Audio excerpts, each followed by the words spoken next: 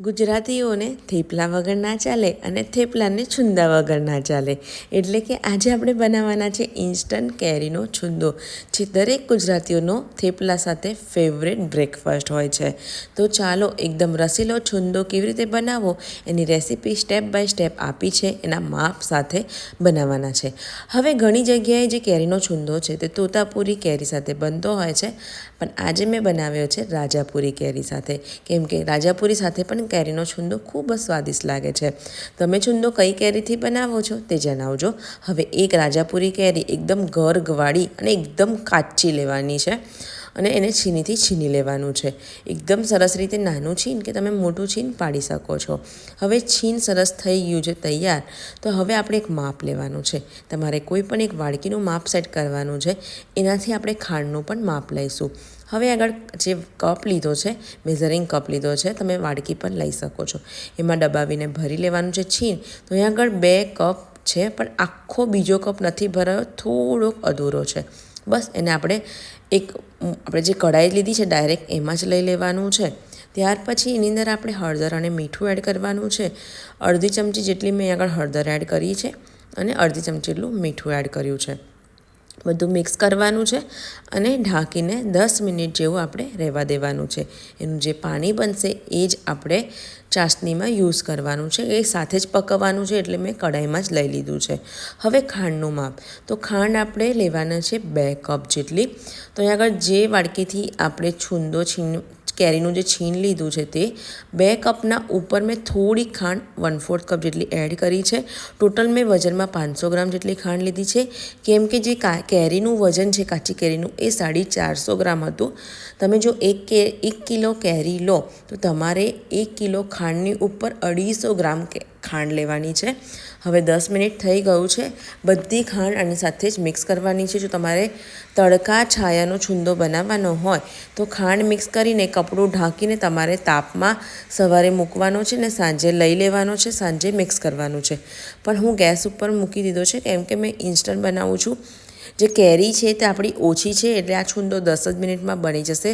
પણ કેરી જો વધારે હોય તો થોડીક વધારે વાર લાગશે.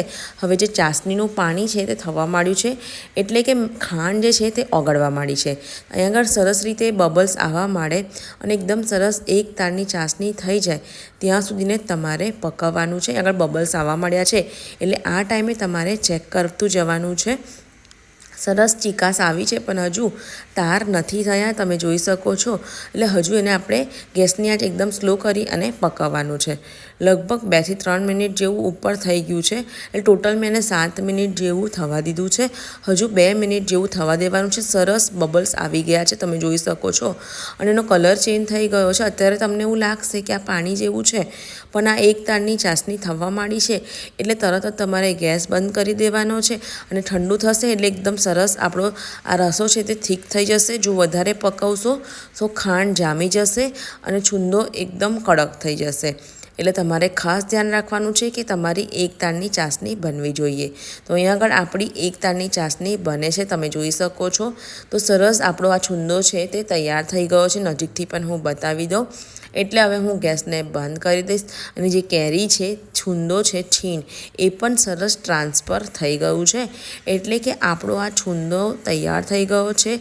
આ ટાઈમે ખાસ ધ્યાન રાખજો, તો જો તમારી ચાસણી વધારે પકી જશે તો કડક થઈ જશે અને છુંદો ખાવાની મજા નહીં આવે.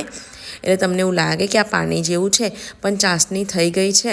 એટલે હવે હું ગેસને બંધ કરી અને એને ઠંડુ થવા દઈશ. તો આપણો આ છુંદો તમે જોઈ શકો છો એકદમ સરસ રીતે ઠંડો થઈ ગયો છે.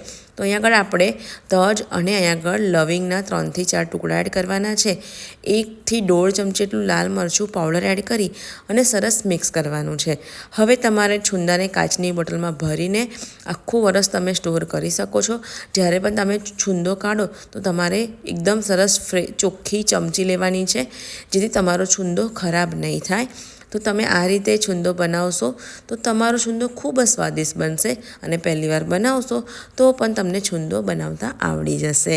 તો તમને આ રેસીપી કેવી લાગી નીચે કમેન્ટ સેક્શનમાં જરૂરથી કહેજો. વિડીયો ગમ્યો હોય તો લાઈક કરજો, શેર કરજો, અને હા, ગુજરાતી કિચન યુટ્યુબ ચેનલને સબસ્ક્રાઈબ કરવાનું બિલકુલ ના ભૂલતા.